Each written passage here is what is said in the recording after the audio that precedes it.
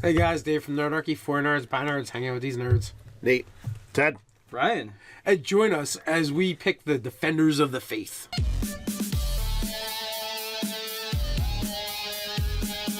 Jump down the description below where you can sign up for Nerdarchy, the newsletter. It's a great way to get gaming tips as well as learn how to game with Nerdarchy. 5 different archetypes for Devout character builds that you might find in your D&D game, drawn from the different media resources like comic books, novels, movies, History. Maybe even the real world. No, let's stay out of the real world. So That reminds me, we left one off from the real world that's probably one of the most well-known, but when we get to that, when we get to that. All right, so the first thing we have is your chosen or your blessed knight.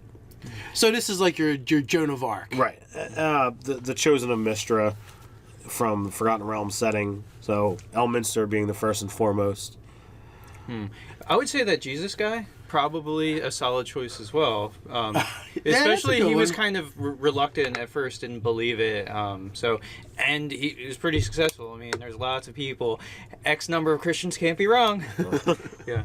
So but we have another place where he could go, and like the Pope is another one that could go here or in that other spot as Right. well. Mm-hmm. So I'm not entirely sure. This one is, in my opinion, the one who you're going to be upfront with your beliefs. You're willing to fight, to die for the tenets of your faith. Well, you're and gonna be... I think another important aspect of the Chosen as well is that people don't necessarily believe that you're that thing. You pointedly believe that, and maybe not so much the rest of society. Yeah, it's not about other people. This is solely about you. Yeah. Focus in. God, I'm doing this. God talks to me. Yeah, that kind of. And everyone else is looking at you sideways. Yeah, you got tapped on the shoulder and you hear things and you're like, yeah, okay, I know what to do. Yeah. And everyone's just like, really? And this one is real easy to put in your D&D game, whether you're a druid, a cleric, a paladin, A sorcerer even. sorcerer, the Definitely barbarian. Warlock screams this too. Well, the barbarian from the new Unearthed Arcana, I feel like the holy one would work for this as well. Or just any character you want to play is being a little off. Yeah, you could do that Irish guy from Braveheart, who's like, he basically is like, I don't know what's gonna happen to you, but God says you're fucked. I'm pretty sure I can get. I'm gonna get out of this, but you are fucked. So our second category is the Mad Friar. So this is where we have Friar Tuck and Evelyn Debris from Corona, the Demon Wars saga. Exactly. So you want to go? This was your pick. You want to go more in depth here? Well, sure. This is someone who could be possibly morally a little ambiguous as others see them, but they really do things for the right reason. They don't really follow the rules all the time, but in their heart of hearts, they believe they're not only do they believe they're working for the greater good, but what they genuinely do is good. Like in the Demon Wars saga. Avalon, however you say his name, one of the things he wanted to do was take the magic that the Abelican Order was hoarding and go out to the masses with it. He wanted to bring healing and succor to the people that needed it. And the church was like, no, this is up for us, and they're too busy worrying about, material goods and lining their pockets. I mean, it's kind of like the Catholic Church a little bit. The comments. Nate's going to stab me in the back with a knife. The comments are going to flow on this one. Yeah. Well, they're pretty rich, Well, money comes from someplace. The medieval period was a very interesting time for the Catholic Church. But yeah. And now they're like the largest charitable organization in the world, so. So you've got the ability to do the right thing for the wrong reason, or if we jump down, we can do the wrong thing for the right reason, and that's the wrongfully righteous. I really feel like they do the wrong thing for the wrong reason, but they call it the right thing. Well, from their standpoint of view, and here we've got Claudio Frollo from the Hunchback of Notre Dame. Persecuting him. Also, when you just have the Spanish Inquisition, sort of people being tortured and maimed for... Another example of that too might actually come from Eberron, with the Church of the Silver Flame, because they actually had their own type of inquisition where they hunted down all lycanthropes and tried to exterminate them. Yeah, And they even- were on the brink of extinction. It even extended to shifters as well. That is a really interesting and strange dynamic because, the more you read into the lore of Eberron and the Silver Church is the person who, Mirion, I believe is the name. She discovered the Silver Flame and used it to banish the demons and devils from the world. But at the same time, it's also believed that the Silver Flame was corrupted. Mm-hmm. So, this is the part that's there's a Kodal or Coatl Right. and a demon spirit, and it's usually the Coatl that's talking as a conduit of the flame, but sometimes the demon has influence over the Silver Flame.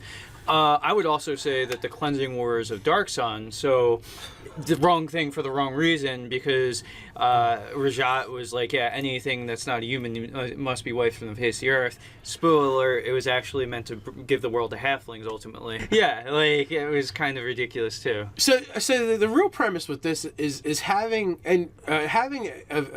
basically a villain that believes everything, all the wrong he does he's for the entitled moral to good. it. Moral He's good. entitled to it, and because he's the righteous, it's not wrong. Well, it's like the moral busybodies of the world.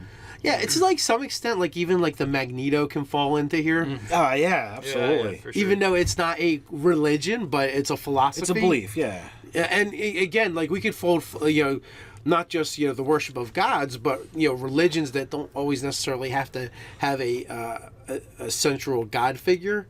Yeah, cults. Yeah. Like Cult of the Dragon God. Or a Doom's cult, like a Doomsday cult, that you're especially the type of person that manipulates a bunch of people, and you're like, oh, the world's gonna end. Give me all of your material possessions. There's massacre things where everybody drinks arsenic Kool-Aid and dies because they believe they're gonna ascend to heaven in a spaceship with Xenu. I think you just crossed a few together, but yeah. We get the point. All right, so we move on to the reluctant, and this is the category where you have power, and either you're afraid to use it, or you don't believe in it. Whether it's you don't believe in the God that's granting you power, or you don't believe that the power should work.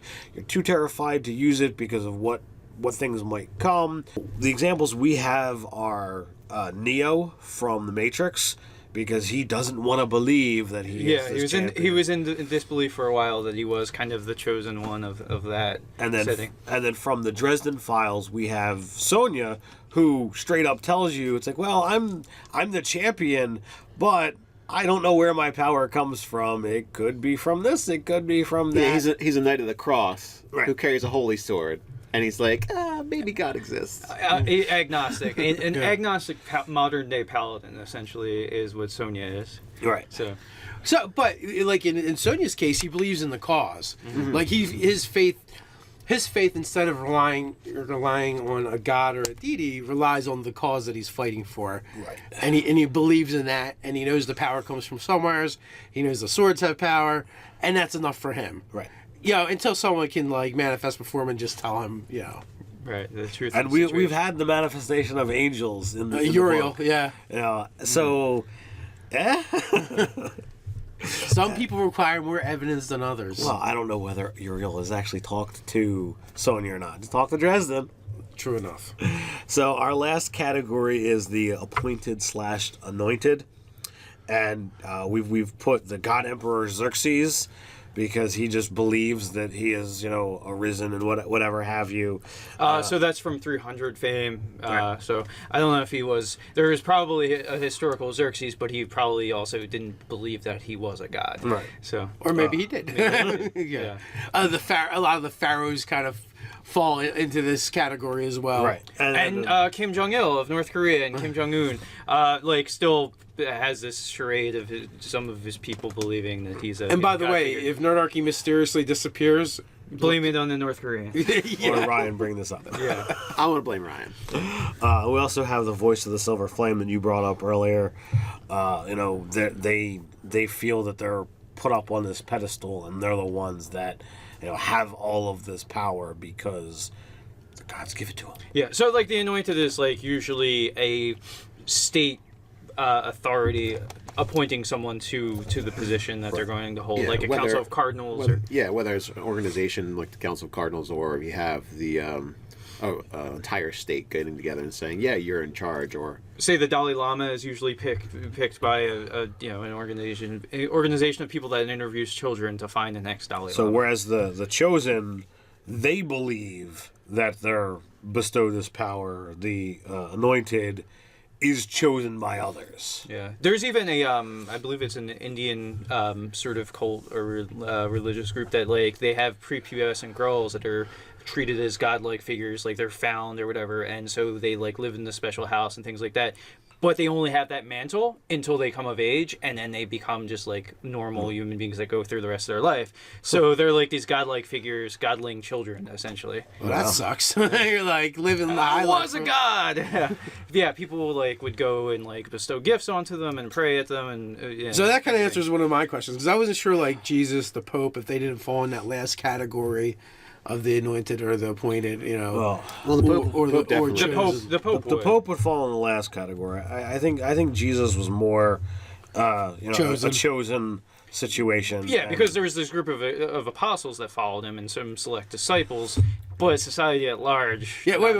I saw a play this past weekend that explained it all, right? And since the angel came to Mary and said, you know, or was it God that spoke to Mary? I'm not really. that was the angel. Well, you know, spoke to Mary and said, you're kind of like the chosen, like that would be the chosen. Oh well, the angel appeared before Mary. It was informing that the child would be the chosen one. Right. Well, yeah. So I think that's kind of the same thing. You can't really speak to a child. They're a child, and they're not even conceived yet. Well, then it gets into discussions of when this life began. All these kinds Oh of things. jeez. Yeah, we don't want to have that discussion. We don't have those discussions here. So, you know, actually there is one other that might also, I don't know, he could probably fit in this, and what's a Nerdarchy video without bringing up an Eddie Murphy movie. What about the Golden Child? Oh yeah. Well, I mean, but again, it's kind of like a Dalai Lama sort of situation. Yeah, he gets chosen, appointed, and stuck in a cage. Like, I don't know. I don't know if they got into how it was decided that he was actually the golden child, though. So, like, if a group of people chose him, then he's the anointed. If he chose himself, then he's the chosen. Yeah. Yes. So But he I do- falls in one of those I do categories, love feel that like. movie. I want the knife. Yeah, solid Yeah. movie. Eddie Murphy from the 80s is the best. He was the chosen at that point. And while you're at it, put your best pick for devoted defender of the faith in the comments below, or your favorite Eddie Murphy movie from the 80s if you like. While you're at it, like, share, and subscribe. Check out the articles over at nerdarchy.com. while there, don't forget to check out our store. You can also find us over on Twitter. So until next time, stay nerdy.